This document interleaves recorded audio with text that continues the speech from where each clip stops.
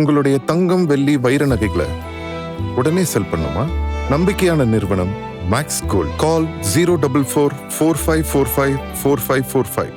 Maths Gold, cash for gold.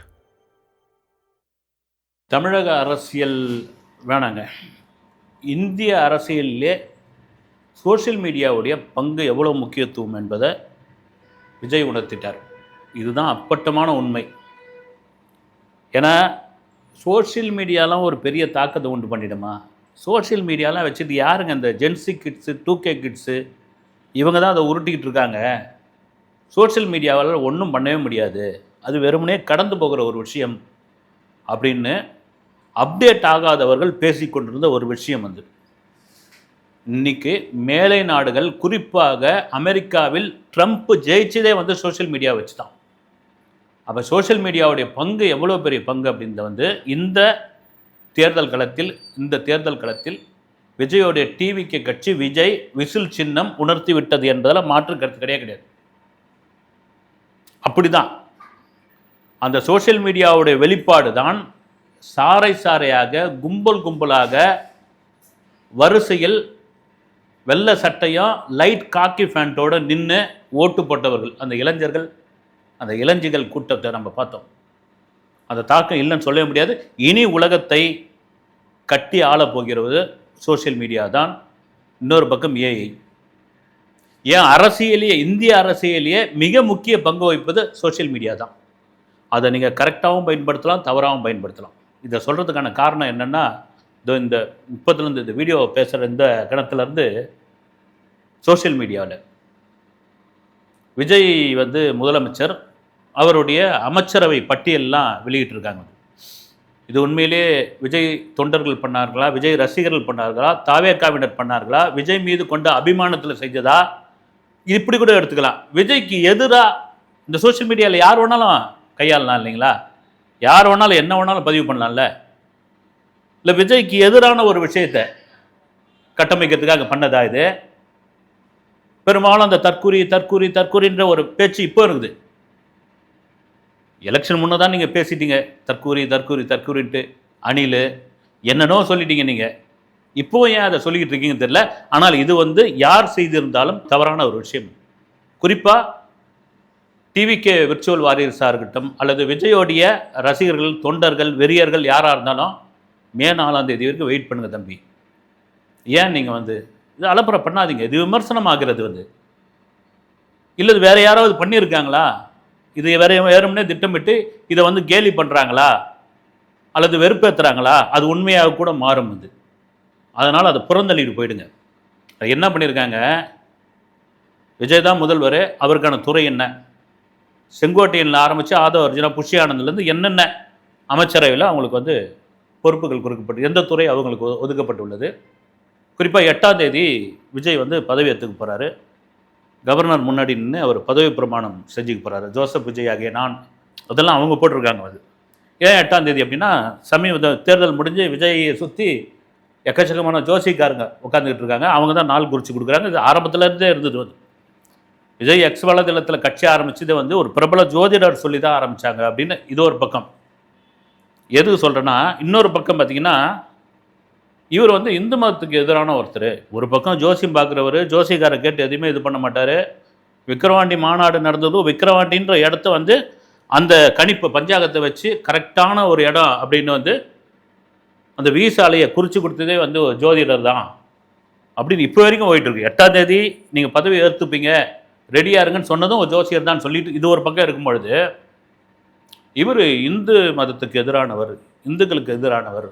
குறிப்பாக ஆரம்பத்துலேருந்து ஒரு சொல்கிற ஒரு விஷயம், சினிமா நடிகராக இருந்த காலகட்டத்திலேருந்து இவர் வந்து பூஜைக்கு போனால் அந்த நேரம் வந்து விபூதி நெத்தியில் வச்சுக்கிட்டு அடுத்த சில நிமிடத்தில் அப்படி கையில் அழிச்சிடுவார் அப்படின்னு நான் சொல்லிட்டு இருந்தாங்க. ஜோசப் விஜய் இவர் மிக தீவிர கிறிஸ்துவ வெறியர். இவர் வந்து ஜோசப் விஜய் தான் இவர் வந்து வெளியே வந்து விஜய் இளைய தளபதி விஜய், நான் சொல்கிற சினிமாவில் இருக்கும்பொழுது இளைய தளபதி விஜய், தளபதி விஜய் இதெல்லாம் போட்டுப்பார். இவருடைய அறிக்கை நடிகராக இருக்கும்போது அறிக்கை வரும்பொழுது ஜோசப் விஜய் அப்படின்னு தான் கையெழுத்து போட்டு அறிக்கை அனுப்புவார், பத்திரிகைகளுக்கு அறிக்கை அனுப்புவார்.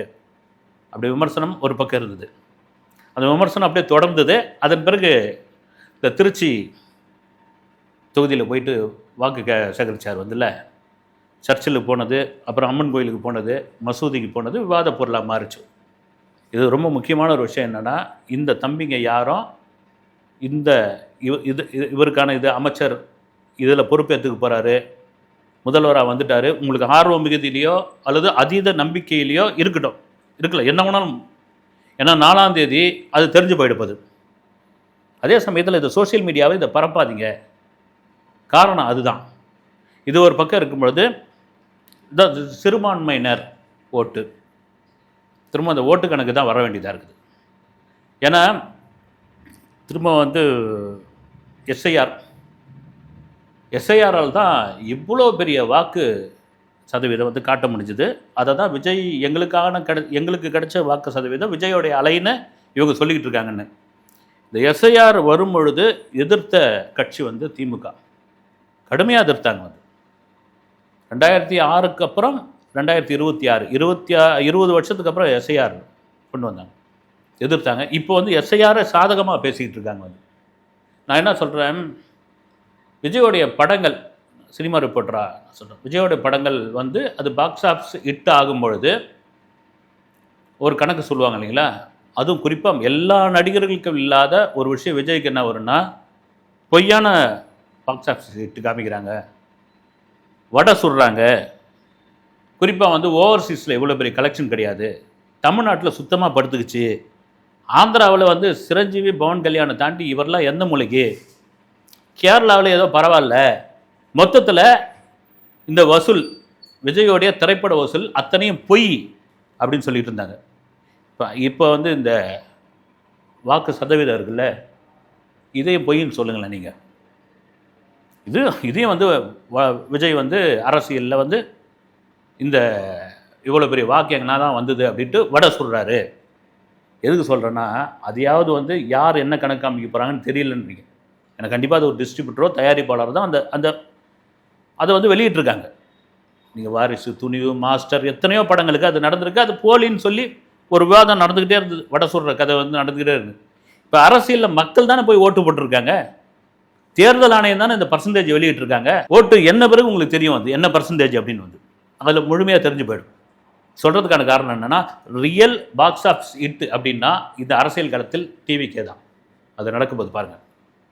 இது ஒரு பக்கம் இருக்கும்பொழுது திரும்பவும் பர்சன்டேஜ் அப்படின்ற ஒரு விஷயம், தோற்று போகிறவங்க வந்து பர்சன்டேஜ் கணக்கு பார்ப்பாங்க, ஜெயிக்கிறவங்க வந்து எண்ணிக்கையை, தொகுதியோடைய எண்ணிக்கையை வந்து பார்ப்பாங்க அப்படின்ற மாதிரி விமர்சனம் இருக்குது.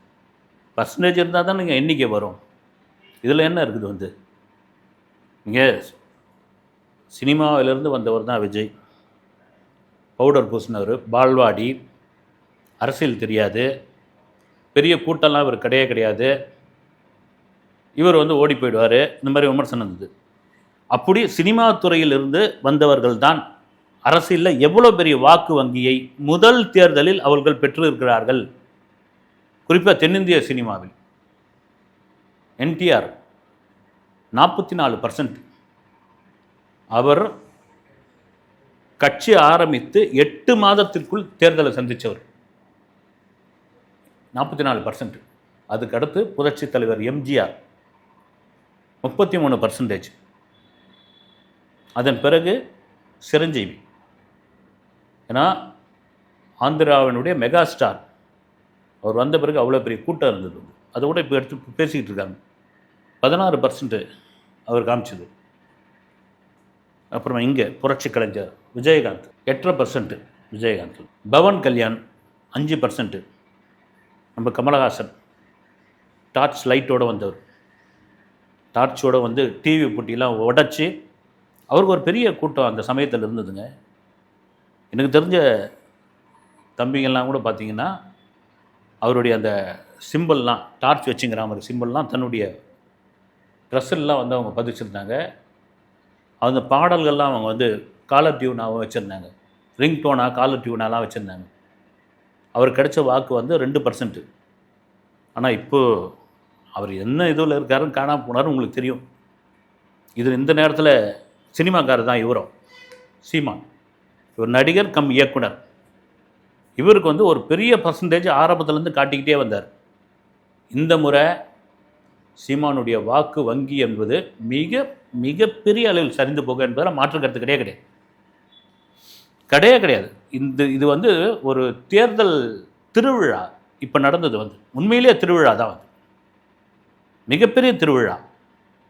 இல்லை சும்மா வந்து ஆரம்பத்தில் அதை கணிச்சிட்டார் வந்து சீமான் கணிச்சு எப்போன்னா இந்த விக்கிரவாணி மாநாட்டிலே கணிச்சிட்டார்.